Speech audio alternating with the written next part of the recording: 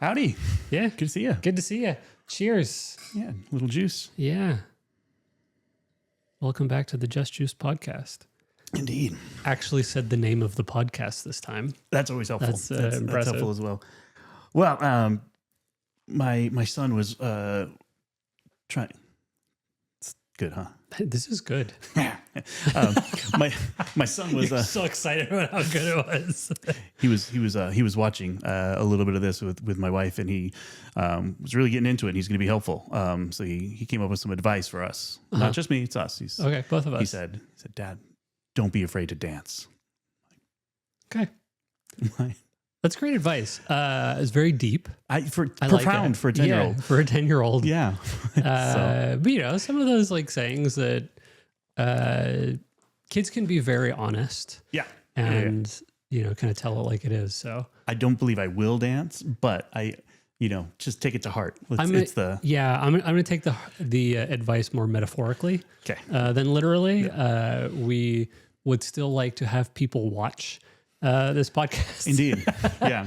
So I could take them a different direction with that for sure. Yeah. So I don't think, I think we'll lose the few viewers we actually have if we start dancing. Oh, at least I won't say anything about your dancing. I have not seen it, but I know my dancing. Yeah. So, brought a wine that's been sitting in my possession for a while. This is good. And I kind of wanted to ask you and get some of your thoughts and take on like bottles in your cellar, like wines to share with people. When do you share? What do you want to share? Is there something that you're holding on to and just don't know how or when to drink? Bottles like that. I definitely do. Like I do have ones that I just don't know when to drink. I do not have a big cellar by any means. Mm-hmm. But I would say like, this sounds really bad, but I have like tiers of wines, right? So like if somebody is not super into wine, and this was me at not very long ago, right? Where if somebody brought out a really special bottle of wine, I would not, like I'd probably taste it and be like, oh, this is great, but not understand, right? Like why it's so good, and why it's special, right? So I would say, I would say that I have, bottles that range from $15 to $30 to $40 that are great, that are maybe less well known or stuff that you can't just easily find somewhere, that I might bring out for people who are like, oh yeah, let's have a bottle of wine, sure, yeah, right, and it'll be a great surprise for them to, hopefully, if they like it, taste it and be like, oh, this is interesting. I haven't had something like this before, right? Yeah. And I think that's really fun. And then there's like if somebody who's really into wine came over, I might bring out things that are a little bit more, a little bit more special, a little bit more expensive, depending on the food that we're eating and things like that. And then I have a few bottles that are, I think, that I really, really like, and I think are pretty rare. I wouldn't say they're crazy expensive, but they're definitely pricier. And I just have a hard time figuring out when to actually drink them. Yeah. Yeah. The price tier is one part of it, right? Because I totally believe in having those Tuesday, Wednesday wines around, right? Yeah. Like it's just, you can always open it and it doesn't hurt your feelings. And I mean, I think that's based upon your comfortability and budget and stuff like that. Because if I were a billionaire, I would drink top tier stuff every single day, period, right? Like, so given that, but in the realms of reality, price point is one thing. At home, I have a smaller fridge. It's only like a 56 bottle fridge. And it's not a hard no, but it's a let's talk about it first, and then I've got all sorts of other bottles in all sorts of places, like closets here and random, pretty much all of it's like fair game. But yeah, there is only like one section, and it's not really predicated by price point, but it is sometimes the producer or, the availability of the bottle. And, you don't want to mistakenly open up something that was the only one left and it's a 15-year-old, blah, blah, blah, blah, blah. Yeah, there's definitely no hard and fast rule about like it is more special because, or it is better because it is more expensive, right? Mm-hmm. I feel like on average, some of the much more rare, really, really good producers, things that got really, popular within a small group of people tend to rise in price. Mm-hmm. But I feel like, especially under $100 for, maybe not for French wine because that seems to be a lot more expensive, but I feel like under $100, there's a lot of really, really good stuff there that could be a very special bottle of wine. Yes. That it doesn't have to be, $100, $200, $300 bottle of wine. Yeah. So to all our dear friends out there, we're not basing the price, upon what we share with you. Because this past weekend, some friends wanted to have a little wine to get together and thought we'd do a little something fun and turned it into a little bit of a blind tasting. And I brought over 4 Cabernets and one of them was almost $400. And one of them was like a $20 bottle. So we just wrapped them all up and opened them all and said, taste and kind of like go through and see what you think about, everything here.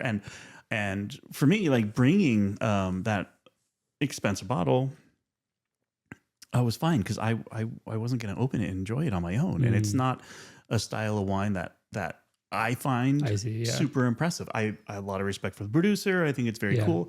And to share it with people that really like it was in their lane. Yeah.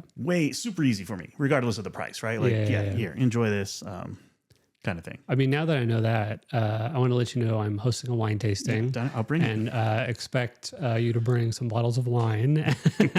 And let me tell you exactly what I like. Mm-hmm.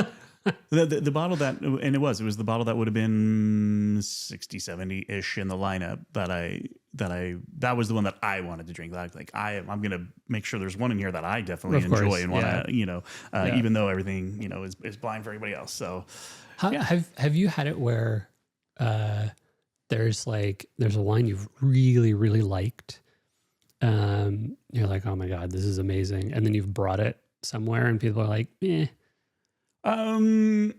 Sort of, that's always like, it's happened once to me and I was like, oh, I really like this. And I get like personal taste, personal preference. Mm-hmm. You like what you like, right? Everybody's taste is a little bit different, but it did hurt me a little on the inside. Sort of, because even just that recent one, the one that I really wanted to drink for a couple of the people, it was their least favorite out of the 4. Oh no! They're like, yeah, it's good, but like this one's really good, and then I like this one, Mm-hmm. So yes, stylistically, it's kind of weird. Because I mean, we met through some wine tastings, and my wife and I have been going for quite a while to these like wine tastings. Mm-hmm. There every once in a while, for the most part, there will be general consensus among like the group of people there. Every once in a while, my wife will be like, "Oh, this one's great," and people will be like, "Nope, this one is the worst. I don't like it." I'm like, how? Mm-hmm. I don't understand. And I kind of understand because everybody's taste is different, preferences are different, but it's interesting. When it's within the friend realm, it's one thing. When it's like a professional presentation, like I definitely get like a thicker skin to it. For sure, even if I put together the lineup and I picked them all and I'm like, these are all so good, and someone is clearly like, I don't like this wine at all. I hate all of them. I don't know why you put, and you're like, well, okay, I missed on that one, but you can't please everybody. Yeah, you can't please everybody. So what do you do then with the one that is it like saving for a special occasion? Is it like, it's a Magnum, from one of my all-time favorite producers, Alain Graillot. And it's, Croz's Hermitage, but it's the La Giraud bottling, which they don't make every year. Okay. They have to once everything is harvested and fermented and resting, as they start beginning their blind tasting and barrel testing and stuff like that, they find a special barrel that just stands out. You know, maybe one, and then they realize like, oh, we don't just have our this year we have our La Giraud. Oh, so interesting. It's a Magnum, so it's definitely not something to take down on my own and like even not just like, you know, two people. You probably want a little bit more.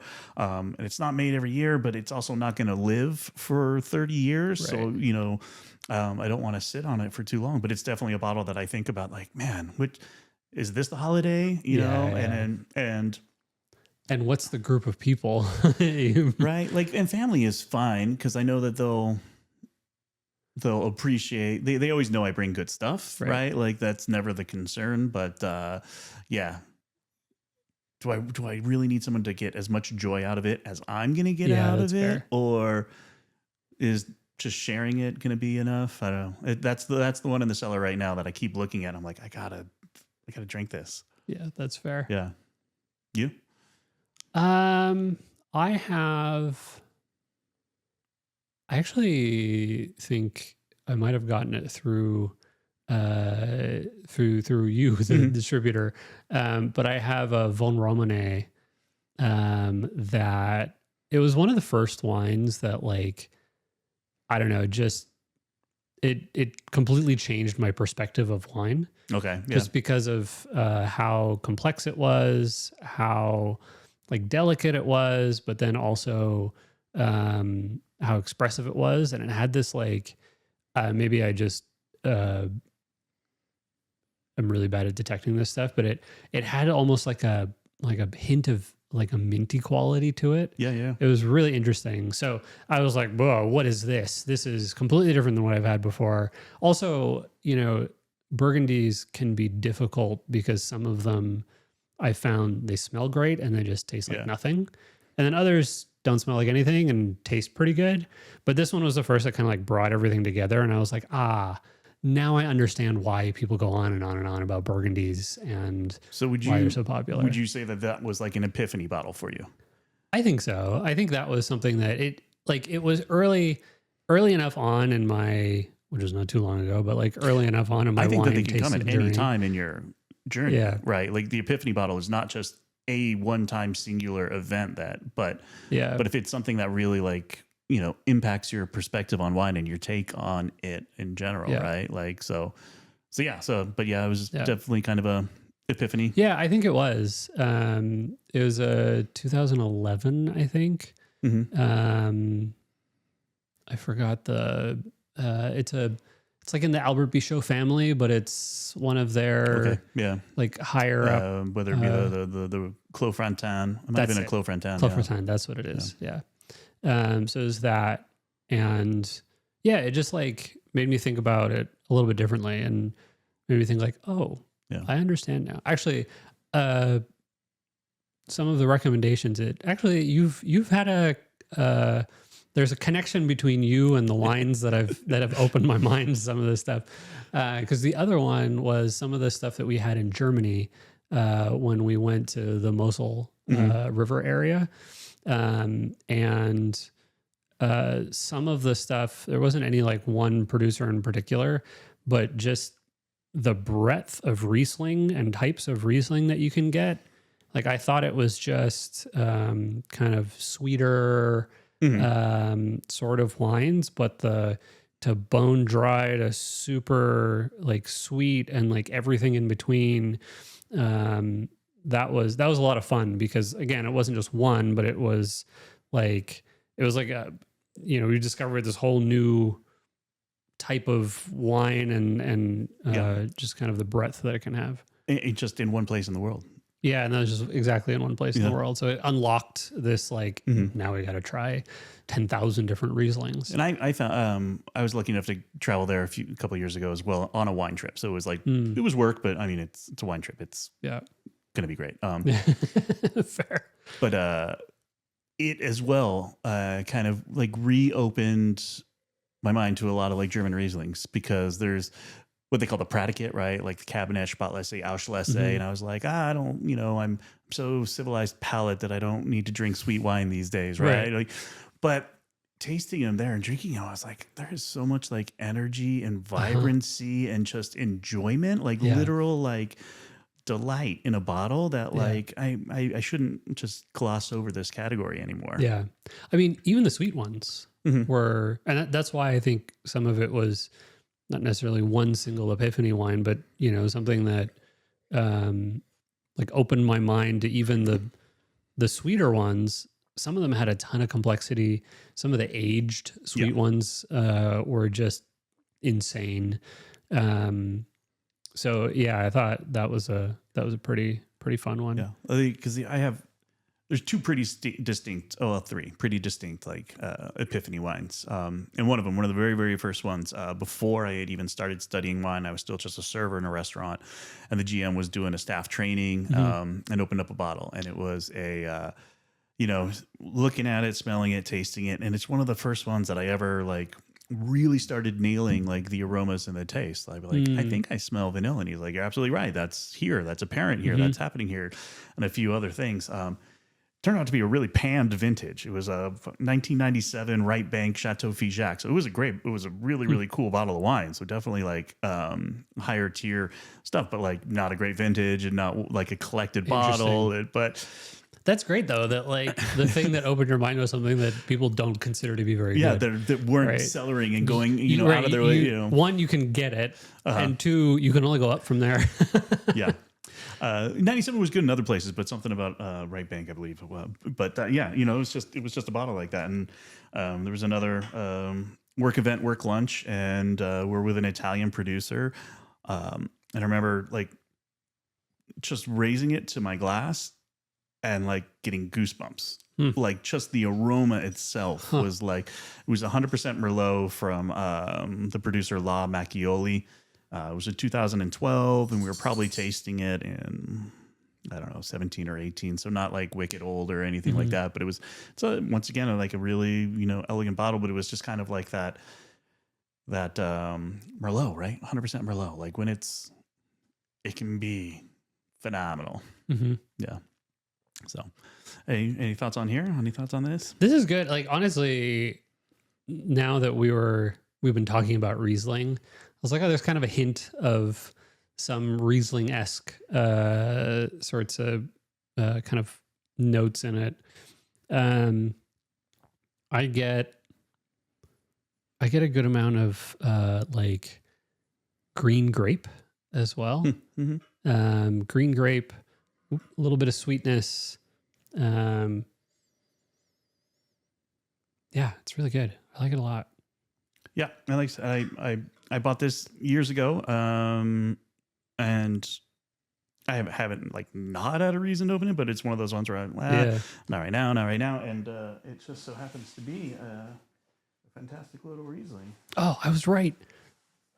This is Willie Schaefer, 2018 Grocker. So you were in Grock, Domprost, and it's a Spatlese, 7.5% alcohol. That's not very much at all. Not very much at all. It's just like you can just drink this all day. Yeah, this is great. And it is the Spatlese, so it is that higher level of must wait and ripeness upon harvest, but it's not viscous and heavy. It just has this underlying like beautiful sweetness, and there's so much bright acidity. 18 was a pretty was that a cooler? That was a warmer year. One of the warmer years that they had of late, but there's still great acidity to it. There's like so much life in this bottle. This could go for another 30 years, no problem. But super enjoyable. Yeah, it's really good. I'm very proud of myself that I guessed, or at least was saying it's Riesling-esque because it is a Riesling. Yeah, it's got that real kind of like petrol. Like it's not like overt. Like some of them like punch you in the face, kerosene, but it exists, and then it's so minerally and acid, and just that cute little sweetness on it. The thing that threw me off with this was my brain is probably still. I just went on a huge tangent about how Riesling can be anything, and there's a big breath to it, and all that sort of stuff. But the sweetness tasted like a Riesling sweetness. Mm-hmm. I don't know how to describe what a Riesling sweetness tastes like, but there was something familiar about the sweetness. But then it does have like a little bit more brightness to it. That's why I said green grape, because it felt like because the fruit is so tart. Yeah, right. It's a bit more tart. Yeah, you know, this isn't like, this is still like green apple and green pear and you know, these aren't rich, but then it's like that honey without the viscous lush like mouth weight texture, but that kind of like lingering sweetness. So yeah, there's a nice kind of like acidity at the end that kind of like wraps it up. Right?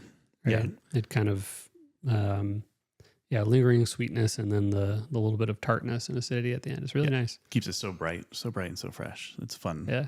So it's a cellar wine worth sharing, worth drinking, you know, and especially you know your this is great newfound affection for Riesling. Yeah, my top 3 white grapes. I mean, it's and they'll be in any order, but like Vermentino, Chenin Blanc, and Riesling. I should have guessed Chenin Blanc. You didn't have your hat on today, but it's still in my heart. It's still in my heart. Always, not always on your head, but always in your heart. Indeed. What's the red the red epiphany wine that you had that you remember? That was kind of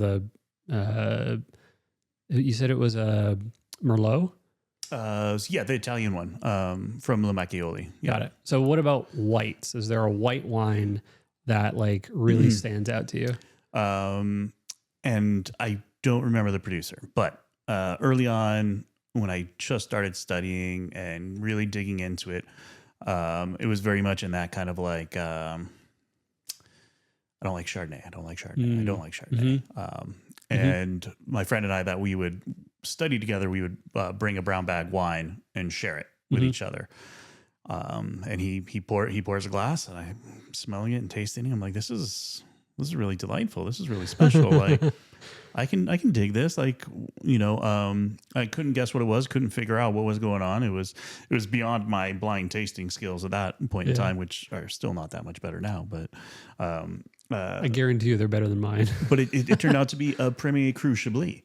Right, so 100% Chardonnay, traditionally unoaked, a cool growing region on really like old crushed seabed and seashell fossil soils, a lot of chalk, and they always, especially at that level, Grand Cru, they can use, a lot of people use oak, so they can start going that direction a little bit, although they still really cold climate. Crisp, bright, lean, and I was like, Chardonnay can taste like this. So it was a very eye-opening, kind of moment. Yeah, not the cougar juice that you had before. that was just unappealing to my palate. You know, at that, you know, for whatever reason, not my cup of tea. And then I think that's where we've started coming back to, right? The really, as we talked about that time, like that big Chardonnay is, you know, there's still proponents of it and still people that love it, and whatever makes you happy. Yeah, fair enough. But I mean, that's a lot of it, right? Like, you drink what you like. There are people who drink stuff that I'm like, it's not great. And I'm sure, you know, as I have experienced bringing some of this wine to other people, they're like, not my thing. That's totally fine. Right. So yeah, I mean, if your blind tasting, you know, needs a little work, how is your blind reading? My blind reading? Yeah, I can't read when I'm blind. Okay, well, I know, but I'll do the reading. We'll see. We'll do a little game. My wife's gonna get angry at my dad joke in that one. Oh, didn't catch that. You can't read if you're blind. Well, you can try Braille. Braille, that's true. And to be fair, there's a big spectrum of vision impairment. So. Indeed. I brought some wine reviews or descriptions that you find in different publications. I feel like I need to drink more for this. Yeah, there's plenty here. It's only 7%. It's only 7% alcohol though. So like, so that means I need to drink a lot more. I have mixed feelings about scores, reviews, writing. I think a lot of it comes down to like personal preference and publication, and definitely like what it's written in, who's writing it, and scores. In the restaurant world, they've never been. Some people recognize a vintage or a bottle and they're like, oh, that was 100 point, blah blah blah blah blah, and you're happy to sell it, but it's not like it's ever listed on the menu. I don't have a ton of retail exposure in my life, and it can be a lot more effective maybe in that realm where people are a lot more potentially more blind going into it, or it's easier to tout a score on a bottle. But also, like, a lot of scores are just kind of BS, right? Like that day, that bottle, that person's palate, totally. The Parkerization of scores. When Parkerization.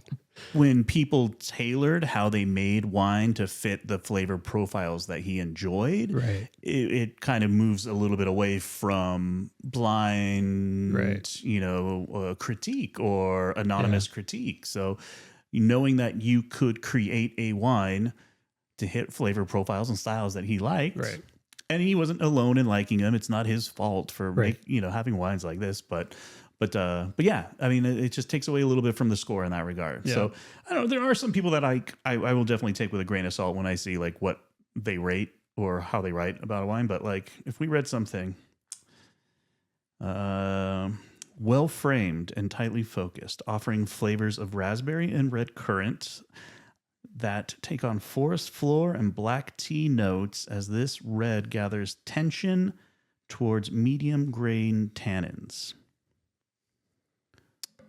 So what do you want me to guess here? Grape. Just the grape. Yeah. Or, does that remind you of anything you've ever had? I don't know that I could guess the grape, but. Yeah, that's I would go with, maybe it's just stuck in my head because you just mentioned Armitage, but I would go with, maybe a Syrah. Okay. I would go with something like that. Yeah. Did medium grained tannins help? I don't know. What is a medium grained tannin? For me, I want to see that. And like, I don't know. So this is a Pinot Noir. Okay. This is written about a Willamette Valley. Okay. Pinot Noir sub-appellation of Aola Amity. But yeah, I mean that's here's a good one too. It sounded a lot bolder than I typically think a Pinot Noir is, but I maybe haven't had too much experience with Pinots, especially not ones from the Willamette Valley. Yeah, there are we'll remedy that because there's some really beautiful stuff there. But there's even having that litany of stuff where I've studied and where you have certain markers in mind, and like the color of the fruit doesn't always do it, but sometimes there are other, like, whether it be tea or dusty earth or mulch, or you start and there's a couple markers for Syrah that I would hope to find, be it black pepper or savory, something relating to like teriyaki sauce, umami, maybe even smoked meats kind of thing. Okay, so I've said this a few times, and I feel like every time I say it, whoever is like hosting a wine tasting or the somm at a restaurant or something will give me a really weird look. But I swear that some of these, like you were just describing umami and like teriyaki, and I swear that I get some sort of soy sauce like tasting note in some of these. Yeah. And I feel like they look at me like I have three heads, but like, is that a thing in some of these like kind of richer reds? Yeah. Syrah is one that I would potentially lean to that potentially could have it. Okay. But I'm glad I'm not crazy. No. That definitely can be like a fun note. Here's Here's another one for you. All right, so chalky minerals lead a dusty parade of cocoa, plum skin, and dried violets, met by upright and meaty tannins. Mid-palate notes of licorice, dried fig, and worn leather lend gravitas to a backdrop of deep, dark blackberry. I'm still on a dusty parade. Like once you said dusty parade, my brain didn't process anything else. Like to be fair, out here in Vegas, we probably do have a few dusty parades. Oh yeah, but it's not something that I want to drink in a glass. No, it's not how I approach. Gritty tannin there. But yeah, gritty. That's a new meaning to gritty tannin. In terms of grape, I have no clue.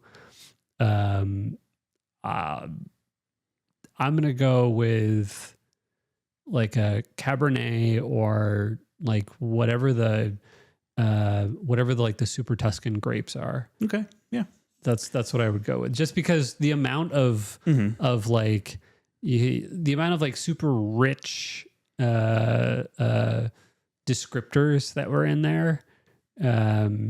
Which half of them again I forgot after because you mentioned Dusty Parade, but that's what I would go with. See, and the only thing I think that it might be missing, this is a Tempranillo, okay, from Ribera del Duero in particular. So the only thing I think that would potentially need a nod or a note is something about oak, because these are going to be an oaked style of wine. Got it. And that and I don't necessarily see as many words that lend towards oak presence on the wine per se, but that's okay. That's kind of a fun. I haven't had much Spanish wines, which is ironic because my parents now live in Spain, but yeah, I just haven't had too much exposure to Spanish wines. I feel like here in Vegas, you don't find too many places that have a lot of Spanish wines. A lot of time they still kind of fall into that category of like Italian restaurant, Italian wine kind of thing. So, within the Jose Andres group in town, they have some very prominent, sizable lists, and they've got all the heavy hitters of the Spanish wines in the valley. But even like the big steakhouses will have some of the other like really, really, really notable stuff. But as far as wine region, Spain is really exciting. There's a lot of like really cool stuff going on there. I mean, the food scene obviously for years has been. Yes. One of my bucket list things to do is go to San Sebastian and do some of the very famous restaurants over there. Yeah. I mean, yeah. I that is a place I would probably have a hard time coming back home. Yeah, fair enough. Yeah. Like this I like. But also makes sense as to why I haven't had too many Spanish wines. I don't think I've been to one of the Jose Andres restaurants here in Vegas. Oh yeah. Dynamite stuff. Yeah, I've heard they're great, but I just never we try to also like stay away from the Strip. Indeed. So Indeed. There's a certain tax you pay, and then just parking and getting around. Say, aside from parking now, which now we have to pay for, which locals are very salty about, as we should, including be. myself. As we should be. Here's a fun one.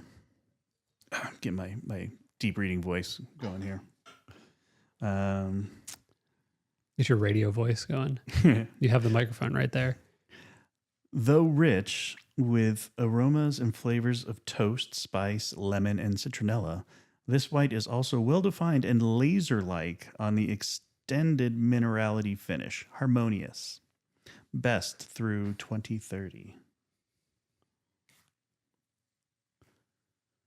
I'm going to take the easy way out, and I'm going to guess Chardonnay, because Chardonnay can have so many different, can really like take on whatever is there. And was it laser-like something or other? Lasers just feel like defined Chablis. And like, laser-like on the extended minerality. Yeah, that I'm just going to like guess a Chardonnay from Chablis is what I'm going to do. Great, but Saint-Aubin, a smaller village down in the Côte d'Or. Those clouds in the same country. Yeah, so absolutely. That's nice. Absolutely. Let's see if we can. Man, I feel like I'm doing really well. kind of guessed this was a Riesling, and then I got a in the same country as, as this one. So I feel like I'm doing really well. Earth, bread dough, and mineral aromas and flavors from reduction cover the core of white peach, apple, and savory notes. This will need time to unpack, yet shows favorably on the lingering finish, best through 2028. White peach. I feel like there was something that I saw or had recently that had a descriptor of white peach. Maybe a Riesling? Is it that what you're pointing me towards? No, Riesling? no, not at all. But white peach, that stone fruit and that kind of like. Yeah, that makes sense. But by the way, stone fruit, like for the longest time, I had no idea what a stone fruit was. And I was like, what is a stone fruit? It might have been you actually that told me. It was this. a conversation we had. Yeah. And you're like, oh, it's got a stone in it. And I was like, oh, that makes a lot of sense. Like a big old seed. There was a period of time when I didn't know what a stone fruit was either. I just kept nodding my head. People were like, stone fruit. I was like, yeah, like, stone fruit. Like that, yeah, I love it. And I was like, the fuck's a stone fruit? So good lesson for everyone. Just ask. Just ask. Like I've asked plenty of stupid questions, but that's how you learn. I know. If the question makes you smarter, then it's not a dumb question. There you go. I've had some really, really dumb questions and come to me in my life. That's another whole episode. What are the dumbest questions you've gotten? Is this a white wine? Looking at the Riesling? Not even in regards to wine, but just fair. Yeah. Do you read stuff like that? Do you read like wine descriptions? I do, but I generally disregard them pretty quickly. Yeah. Right? Like to me, those descriptors, when you're reading those off, those descriptors, I'm like, okay, yeah, cool. Like I have some very rough idea of what this wine is like, but maybe a couple of them like white peaches, like, okay. Mm-hmm. But if I'm trying to like, because that shouldn't be in every white wine, right? Right. Because there's some descriptors that should fit within categories of wines, right?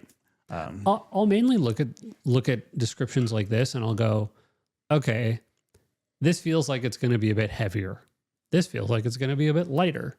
This says it has high minerality, and I don't like that. Just an example.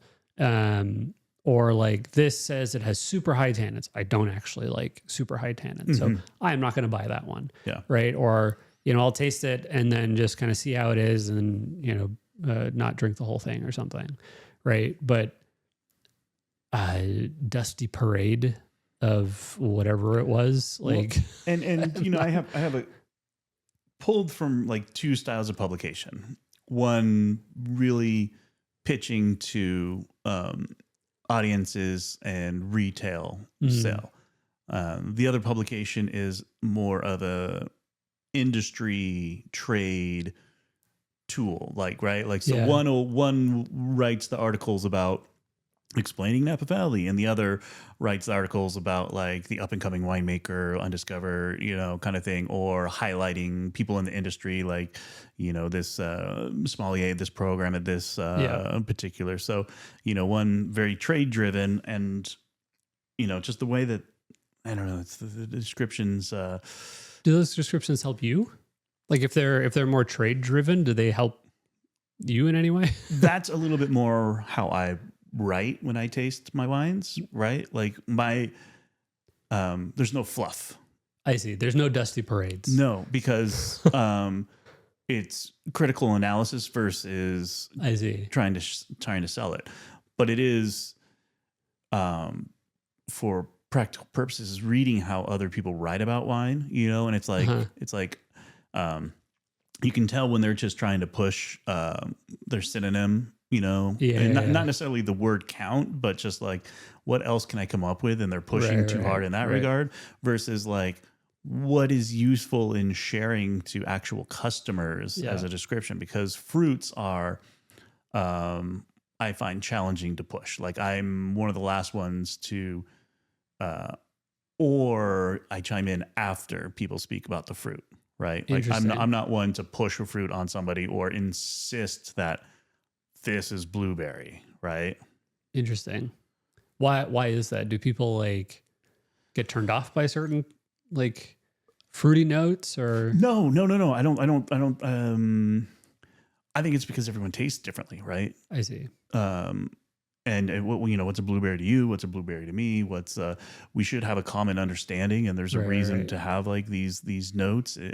But part of that discovery, I'll go along with you on that journey, but I'm not gonna insist that I push you down this direction. And that makes sense, right? We were talking about this last time where a lot of tasting and smelling wine is tied to a lot of the experiences you've had in the past. Mm-hmm. So depending on where you grew up, even in the US, right? But then also around the world, mm-hmm. you can have very different experiences with a blueberry or, with other types of fruits that and scents and aromas and things like that like others don't have experience with, right? So I feel like maybe that's one of the reasons why they try to keep going on and on and on and on and on about some of these things to hit like multiple different areas. But I don't know, to me, like it just reads super pretentious. Well, it's a little short-minded too to just keep it all within like a Western frame of mind and food culture, and I've come across more and in terribly interesting articles about like framing that tasting profile strictly against very traditional Chinese dishes and flavor profiles that you might say in replace of, that makes sense. Whether our touches of our like savory and Christmas spice, how different is it from a traditional 5-spice or XOs or other things like that are more familiar to a different palate. That makes sense. Yeah. So what's do you have any tasting notes that are more like, I don't know, clinical, like the way that you might write them? So there was one here that I thought worth highlighting because let me see where this guy went. Okay, so this is a crisp style with plenty to admire in its white peach, ripe pear, yellow apple, crunchy starfruit flavors. Details of ginger, lemon verbena, and citronella add an aromatic boost, as does a hit of jasmine on the finish. And then the website producer for this wine, they say it's 100% X varietal. It is, from vines planted in 1947. And then they say it is kinetic, heady, bright. That's it. That's all they say about it. Correct. That honestly, like, feels like the difference between like some of the maybe more old school restaurants and some of the new school restaurants, right? Mm-hmm. Like, there's a place, the trend of something plus something. Yes. Oh, yeah. Like in San Francisco, there's a flower plus water. Here, there's a sparrow plus wolf, right? Yeah, if there's not an ampersand or exactly, or a plus or a something, right? And then on the menu, it's like, I don't know, eggplant plus spinach plus whatever else, and and it comes completely different than what you would expect. But right, yeah. I mean, kinetic, heady, and it's like kind of kinetic wine. Yeah, like too ephemeral, too loose, and I know the grape. I know what I want to get out of it or what to expect from it, but that doesn't necessarily drive me to even like a style, right? Yeah, because when you were originally reading them off, I was like, okay, it feels at least a little Riesling-esque. Mm-hmm. And then you were like kinetic, heady, and I forgot what the other one was. Yeah. It's kinetic, what, like potential energy, kinetics like moving. So it's a moving wine. Is that what they're saying? You know, and I don't mind speaking about energy with wine, because I think this is a wine with energy, Right? With like a little verve. It's got like a little spike to it, and it's almost better than an espresso. Like I'm talking faster. Yeah, fair. Would you say you're being kinetic? Bright was the last. So Bright. I don't know. Maybe if I'm sharing energy in some fashion now. I don't know if Your energy is moving. My engineering is not that great. I don't know if kinetic works that way. But yeah, right. Like, and that's their website. That's like they're you know, obviously to each their own. Like whichever you know. Fair. So what actually grape is it? Chenin Blanc. Oh, it's Chenin Blanc. You sounded offended that I didn't get that. That does make sense. Now that you like, it's like this one speaks to me. The ones before, all the tasting notes you had before, that makes sense. But I think the written, I think the more written one was what like dialed into the grape a little bit more. Yeah, like I feel like that one was a little bit better written than maybe some of the other Pinot or Chardonnay ones necessarily. Whereas like I think I get the sense you're talking about Chenin Blanc. Yeah. Well, also like it had some pretty concrete flavors or scents that it was listing off. Yeah. Right. It wasn't like, you know, trying to dusty parade, right? Like trying to create some weird thing to say that it's, I don't know what dusty parade even would be, but like more mineral or more earthy or something like that. And it's, yeah, maybe just the way that those words were framed, because you think of Ribera del Duero and it's high elevation. There's not a lot of precipitation. It is pretty dusty, dry. So as far as vineyards go, it is going to be that kind of like stomping and a cloud of, you know, versus, you know, having a real loamy, moist, almost like cushiony soil that you like your footstep and you sink down in kind of thing. So the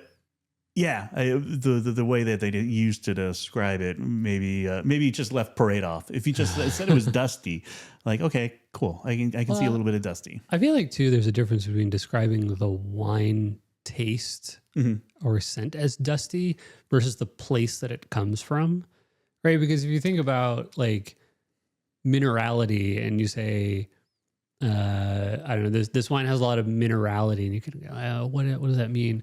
Well, it was grown where there's a lot of limestone. There's grown where it's a lot of like granite or whatever it is, right? Like then your mind goes, oh, okay, this makes a little bit more sense.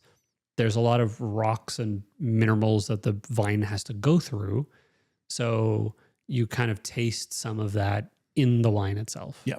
Right. Well, nerd alert. I mean, any like actual hard geology student that wants to troll you, they're going to be like, well, you can't taste that. Like it'll uptake nutrients, but it won't translate into a flavor profile. Like it's already tangent, tangent. But like, there's very, like some people are very staunch about like minerality. Like you cannot taste minerals in wine. But we do use it as this kind of like, explanation, and it makes sense when you're in these places and you see this limestone and you look at this, you know, but it's really there's nutrients in soil that the vine uptakes, but there is not a transfer of minerals. Like you know, you're never going to taste a crushed rock. Like that is just not. But that's so interesting, especially because I don't know, when you taste it and go, something's kind of like stony, minerally sort of thing. I feel like your brain does make a connection. Absolutely. Of like, oh yeah, that would make, not that I go around licking rocks, but you have a sense of like, oh yeah, that I kind of get like that connection between the two things. Well, I think that's some professionals have taken too far. Like in a laboratory setting, I understand, you know, the proper verbiage and speak to make and communicate, but insisting upon talking about the monoterpenes and the pyrazines and the, you know, in wine, you know, it's considerably less romantic. Yeah. Monoterpene. How did you like your monoterpenes I gave you? And I think, but then, right, but then being too verbose with a dusty parade. Yeah. So there's an in between there somewhere. I don't know. I at least got a better sense of what the wine you were describing would be like when you were talking about the different fruits and the different flavors itself that would be in there. Yeah. Versus the different like feelings, right? It's actually funny. Drops of God, the TV show. Yeah. Have you seen it? Bits and pieces. I haven't really. Okay. It's fun. I will say it's fun. But it's kind of out there. But I do think that like there's some silly truth in some of the stuff they do. They take it maybe way too seriously, but the latest season, he drinks this wine and he has a vision of the Sea of Tranquility. On the moon. Yeah. And he's like, he's just, in this like space and feeling, and it becomes his like life's mission to get back to this feeling of the Sea of Tranquility. So like over the top. But I feel like at the very least, there's a nugget of truth in there of right place, right time, right people you're with, right wine. And you have this kind of fun shared experience that you remember. An epiphany wine. An epiphany wine. There you go. I mean, to have like an actual physical response, like, because I have my nose in glasses of wine every day of the week, checking things out, but to actually, get those chills and goosebumps from the aroma of a wine, like, I mean, it's once again, becomes more than beverage alcohol and becomes an experience. Right. Yeah. I do think too that like those experiences you can have with anything, not just wine, right? Like any food, other cocktails, drinks, things like that, right? Because a lot of those experiences are tied to memory, tied to taste, tied to the scent, right? It's why the Michelin Guide doesn't hand out 3 Michelin stars to just any restaurant. It has to be the food and the drinks program and the setting and the service and all of those things combined create a very special experience. Yeah. I mean, they say it is just the food, but definitely you can't. Yeah. There are no, well, maybe someone can correct us in the comments, but like go for it. There are no, I don't think I have not seen any 3 Michelin stars that are just only food based, right? Like if you're in a little, like that food stall in Asia somewhere where you're sitting on a plastic stool, have received nods, have received Michelins, but have received 1 star. They've gotten 1 star, but an actual 3. They haven't gotten a 3 with the scooters running past you, which I would still eat there by all means. Yeah, but, absolutely. And to be honest, 3. Some of those places, I feel like a lot of people would prefer to eat there versus some of the 3 Michelin starred restaurants. Yeah, some of that dining has gone the way of the dinosaur. Yeah. I mean, it is still great. I do think that like it can be tough to recommend people to go and experience it once, because to be quite honest, like not all 3 Michelin star restaurants you're gonna like. Yeah, precisely. Right? Yeah. Like it's the same sort of thing where with wine, with restaurants, people are, they go to them and one person says, "Oh my God, this is amazing. I love it." Another person goes there and it's like, and it just wasn't my thing. Yeah. Right. And 3 Michelin star restaurants are expensive. Oh yes. Yes. I've had the privilege to go to a few and they're not cheap. And the first one that we went to was not a great experience.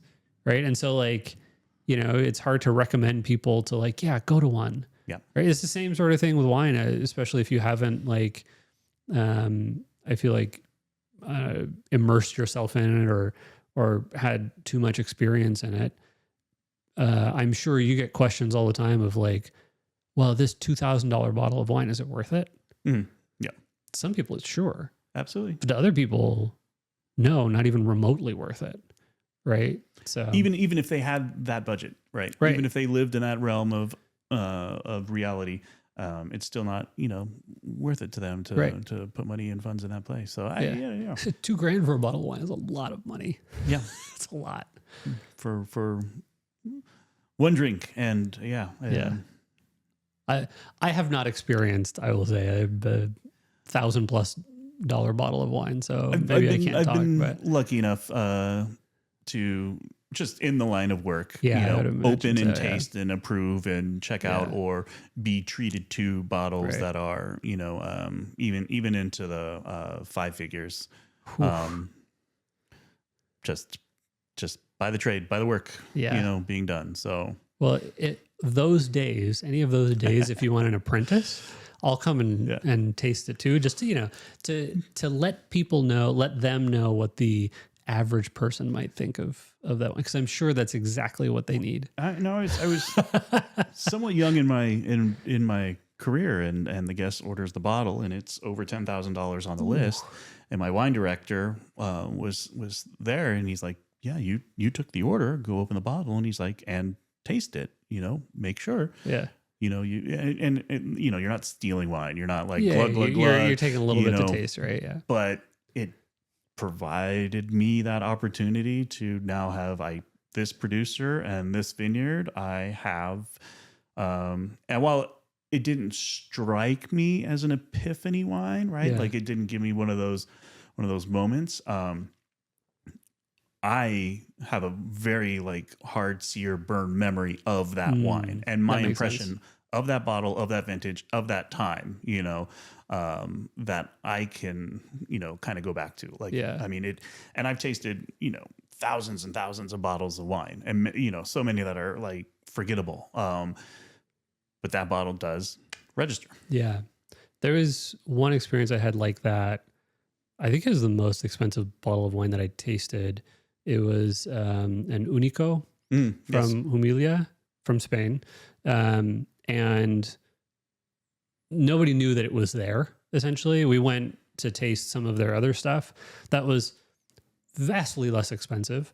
But the winemaker was there. And so he was like, "Hey, I have something special for you all." And brought it out, and other people were like, "Oh my God, I had no idea what it was." But I the style of wine that I like is not typically the super heavy, bold, It's a big, powerful wine. It's really powerful, but still, when I drank it, I was like, "Oh, I get it. I get why people like this. It was genuinely very good. Not, I think, an epiphany wine necessarily for me, because it wasn't my taste. Yeah. Right. But I could still tell why it was high quality. Would I pay $600 for it? $700 for it? No.